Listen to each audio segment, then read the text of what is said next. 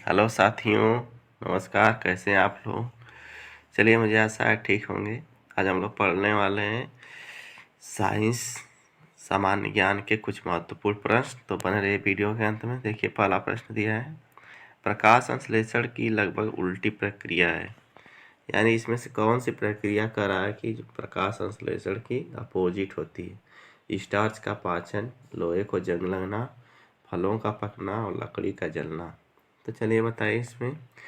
तो देखिए फ्रेंड्स, आप लोगों को पता होना चाहिए, प्रकाश संश्लेषण जो प्रक्रिया होती है वो रासायनिक प्रक्रिया होती है। तो रासायनिक प्रक्रिया के उल्टा क्या हो जाएगा? भौतिक प्रक्रिया जो होगी वही होगा। तो स्टार्च का पाचन है तो रासायनिक है, लोहे में जंग लगना ये भी रासायनिक है, फलों को पकना ये भी रासायनिक है, और लकड़ी का जलना जो है ये भौतिक प्रक्रिया है। इसमें भौतिक और रासायनिक दोनों प्रक्रिया होती है। ठीक है, तो यही वाला ऑप्शन नंबर डी इसका करेक्ट आंसर हो जाएगा, यानी डी इसका करेक्ट आंसर सही होगा। चलिए नेक्स्ट क्वेश्चन देखते हैं। पत्तियों में स्टार्च की उपस्थिति के परीक्षण के लिए प्रयोग में लाए जाने वाला अभिकर्मक होता है। जब प्रयोगशाला प्रयोग किया जाता है तो कैसे पता करते हैं कि किस पत्ती में स्टार्च है, किस पत्ती में स्टार्च नहीं है? तो इसका प्रयोग करने के लिए हम लोग आयोडीन विलयन का प्रयोग करते हैं। आयोडीन का घोल प्रयोग किया जाता है। ठीक है, चलिए नेक्स्ट क्वेश्चन देखते हैं। दिया हुआ कौन सा पौधा है जो अपने भोजन के लिए कीटों को पकड़ लेता है? कीट भक्षी पौधा कहते हैं उसे। तो वह कौन सा पौधा है, उसका उदाहरण बताना है। डहेलिया है कि साल्विया है कि यूट्रिकुलेरिया है कि बाल्सम है? तो इसका आंसर करिए आप लोग। चलिए, इसका आंसर हो जाएगा ऑप्शन नंबर सी, यूट्रिकुलेरिया को कीट भक्षी पौधा कहते हैं। ठीक है, अगला क्वेश्चन देखते हैं। अधिकतम वृद्धि होती है तने के शीर्ष पर, तने के आधार पर, शीर्ष के कुछ पीछे की पौधों के सभी स्थानों पर। खटाखट आंसर करिए इसका। तो हो जाएगा अधिकतम वृद्धि होती है फ्रेंड तने के शीर्ष पर। जो पौधों का तना होता है, वहाँ टहनी निकली होती है, तो यहाँ जो शीर्ष भाग होता है, यहाँ से जहाँ से कली छोटी सी पत्ती निकलती है, यहाँ शीर्ष भाग पे सबसे ज़्यादा वृद्धि होती है। ठीक है, तने की। आगे देखते हैं क्वेश्चन नंबर 5। दिया प्रकाश ऊर्जा का रासायनिक ऊर्जा में रूपांतरण निम्नवत होता है। उत्तराखंड पीसीएस में पूछा गया क्वेश्चन है कि प्रकाश ऊर्जा का रासायनिक ऊर्जा में रूपांतरण कैसे किसके द्वारा होता है? इलेक्ट्रोलिसिस द्वारा, कि प्रकाश संश्लेषण द्वारा, कि श्वसन द्वारा, कि उत्सर्जन द्वारा? तो इसका आंसर करिए आप लोग। तो हो जाएगा प्रकाश ऊर्जा का, यानी सूर्य के प्रकाश में जो रासायनिक ऊर्जा बनती है वो प्रकाश संश्लेषण द्वारा। प्रकाश ऊर्जा का उपयोग करके पत्तियां क्या करती हैं? प्रकाश संश्लेषण क्रिया के द्वारा भोजन का निर्माण करती हैं, तो जो कि रासायनिक ऊर्जा में बदल जाता है। ठीक है, क्वेश्चन नंबर 6 की तरफ बढ़ते हैं। तब तो फ्रेंड्स, जो लोग नए पहली बार वीडियो देख रहे हैं, चैनल को लाइक कर दीजिए और सब्सक्राइब कर लीजिए प्लीज़, और फ्रेंड्स में शेयर भी कर दीजिए। चलिए छठवां क्वेश्चन देखते हैं। निम्न में कौन सा पौधों की जड़ों का कार्य नहीं है? उत्तराखंड पीसीएस का क्वेश्चन है, बहुत महत्वपूर्ण क्वेश्चन। कि जड़ों का कार्य नहीं, प्रकाश संश्लेषण, जल का अवशोषण, कि पोषक तत्वों का अवशोषण, कि पौधों को सहारा प्रदान करना? बताइए खटाखट। तो इसका हो जाए जड़ों का कार्य क्या है? प्रकाश संश्लेषण नहीं कर, जड़ प्रकाश संश्लेषण नहीं कर सकती। ठीक है, क्योंकि प्रकाश जड़ पृथ्वी के नीचे रहती है, इस तरह पृथ्वी के नीचे प्रकाश नहीं पहुंच पाएगा, तो प्रकाश संश्लेषण की क्रिया नहीं कर पाएंगी। और वह क्या अवशोषण का काम करेंगी, पोषक तत्वों का अवशोषण करेंगी, पौधों को सहारा प्रदान करेंगे, ये सब काम करेंगी, लेकिन प्रकाश संश्लेषण का कार्य नहीं करेंगे, क्योंकि यहाँ प्रकाश भूमि के नीचे नहीं पहुंच पाएगा। ठीक है, अगला क्वेश्चन की तरफ बढ़ते हैं। दिया है अधोलिखित में से कौन सा पृथ्वी के कार्बन चक्र में कार्बन डाइऑक्साइड मात्रा को नहीं बढ़ाता है? ऑप्शन दिया है श्वसन, प्रकाश संश्लेषण, जैविक पदार्थों का क्षय, ज्वालामुखी क्रिया। ज्वालामुखी क्रिया, तो कौन सा हो जाएगा फ्रेंड्स? कार्बन डाइऑक्साइड में ऑक्साइड की मात्रा कौन नहीं बढ़ाता है? श्वसन। तो ये हो जाएगा प्रकाश संश्लेषण, भी इसका करेक्ट आंसर हो जाएगा। क्योंकि श्वसन के में भी कार्बन डाइऑक्साइड निकलती है, जब हम लोग सांस छोड़ते हैं तो CO2 निकलती है। जैविक पदार्थों का क्षय मतलब कोई पदार्थ जब सड़ता है तो उसमें से भी CO2 निकलती है। ज्वालामुखी क्रिया से भी CO2 निकलती है। तो ये सब क्या करेंगी? कार्बन चक्र में मात्रा को बढ़ाएंगी, लेकिन प्रकाश संश्लेषण में किसकी गैस निकलती है? ऑक्सीजन गैस निकलती है, जो हम लोग सांस में लेते हैं। ठीक है, अगला क्वेश्चन देखते हैं, क्वेश्चन नंबर 8 दिया, प्रकाश संश्लेषण में सूर्य के प्रकाश की कौन सी रश्मियों का परावर्तन द्वारा सर्वाधिक उपयोग किया जाता है? चलिए इसका आंसर करिए, बहुत ही मोस्ट इम्पॉर्टेंट क्वेश्चन है कि किस रश्मि का यानी कौन से प्रकाश का सर्वाधिक उपयोग किया जाता है? तो हो जाएगा उत्तराखंड पीसीएस क्वेश्चन फ्रेंड्स, लाल है कि हरा कि पीला कि नीला? तो यहाँ पे नीले प्रकाश का सबसे अधिक उपयोग किया जाता है क्वेश्चन। ऑप्शन नंबर डी इसका करेक्ट आंसर हो जाएगा। चलिए ठीक है, अगले क्वेश्चन की तरफ बढ़ते हैं। क्वेश्चन नंबर 9 देखते हैं, यह निम्नलिखित गैसों में से कौन प्रकाश संश्लेषण प्रक्रिया के लिए आवश्यक है? यानी कौन सी प्रक्रिया प्रकाश संश्लेषण में कौन सी गैस का उपयोग किया जाता है? CO कि CO2 कि N2 कि O2? बताइए फटाफट आंसर। तो प्रकाश संश्लेषण में कार्बन डाइऑक्साइड यानी CO2 गैस का उपयोग किया जाता है।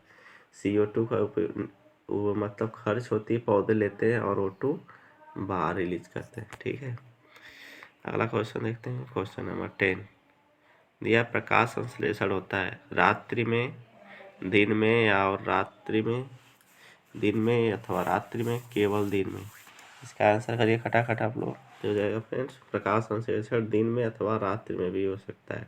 ठीक है, ऑप्शन नंबर सी इसका करेक्ट आंसर हो जाएगा।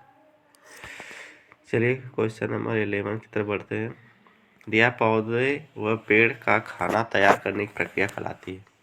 कार्बोहाइड्रोलिसिस, मेटाबॉलिक सिंथेसिस, फोटोसिंथेसाइजेशन की फोटोसिंथेसिस? बहुत ही महत्वपूर्ण क्वेश्चन है, वेरी वेरी इंपॉर्टेंट, लगा लीजिए आप लोग परीक्षा में दृष्टि से। क्या कहलाती है? तो ये कहलाती है कि पेड़ पौधे खाना किस प्रक्रिया के द्वारा बनाते हैं? तो फोटोसिंथेसिस के द्वारा बनाते हैं।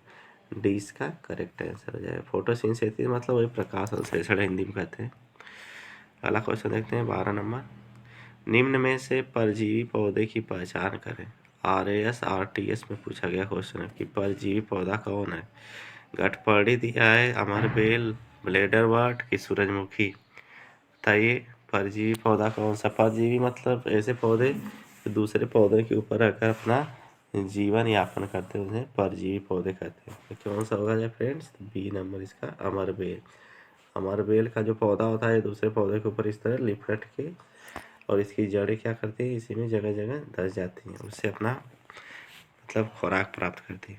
अगला क्वेश्चन देखिए, क्वेश्चन नंबर 30, जब किसी वृक्ष की छाल वृक्ष के आधार के पास से गोलाकार चारों तरफ से हटा दी जाती है तो यह वृक्ष धीरे धीरे सूख कर मर जाता है, क्योंकि? जैसे देखिए कोई वृक्ष पे इसकी जो छाल है यहाँ से मान लीजिए इतना दूर से हटा दी गई चारों ओर से, तो वह क्यों मर जाता, सूख कर दे दे? मृदा से जल वायु अंगों में नहीं पहुंच पाता, जड़ें ऊर्जा से वंचित रह जाती हैं, वृक्ष मृदा जीवाणुओं से संक्रमित हो जाता है, जड़ों को श्वसन तो ऑक्सीजन नहीं प्राप्त होता है।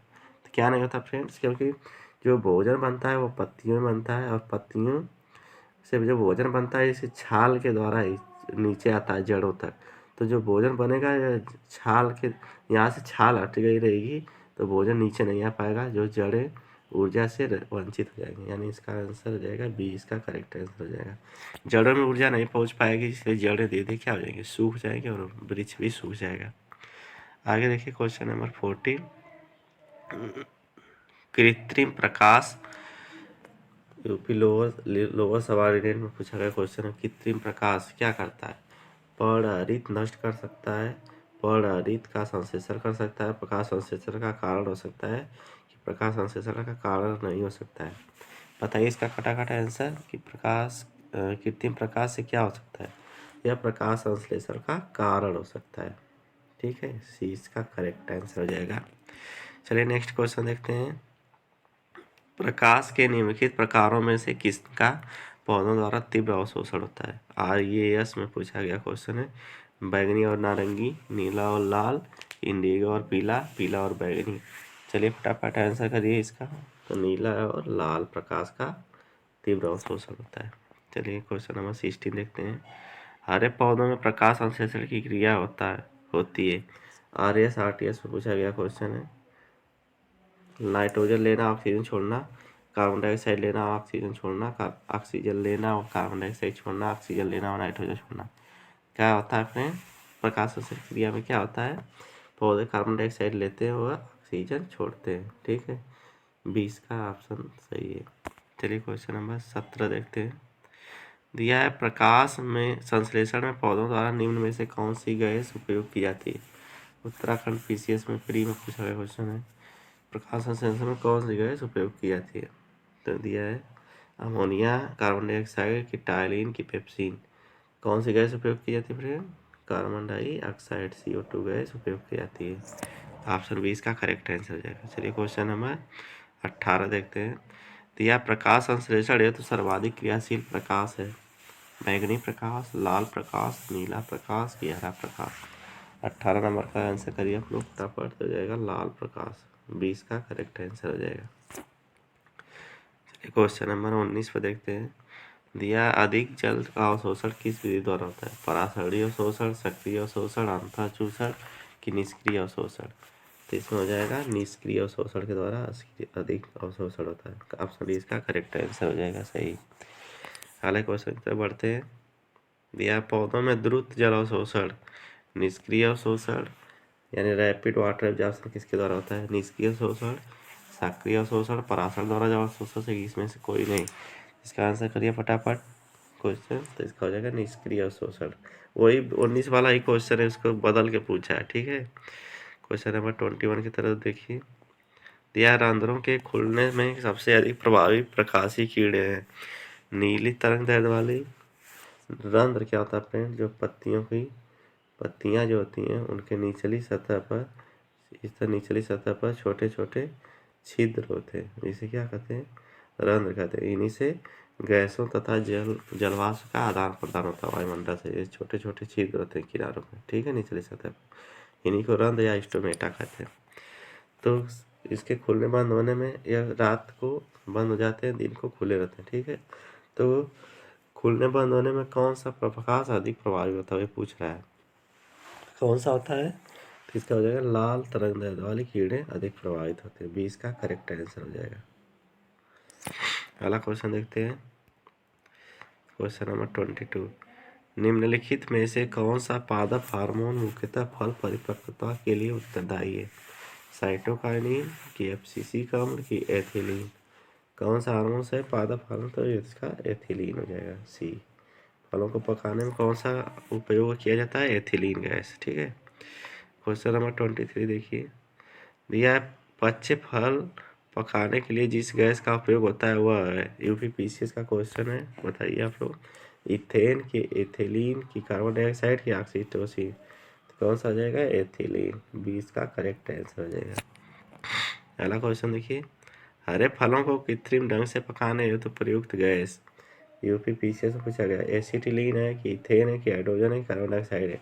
तो कौन सी गैस है फ्रेंड, फटाफट बताइए। तो यह है एसिटिलीन का प्रयोग किया जाता है, C2H2 इसका सूत्र होता है। ठीक है, अगला क्वेश्चन देखते हैं 25। ऑक्सेनोमीटर का प्रयोग करते हैं, UPPCS मेंस का क्वेश्चन है।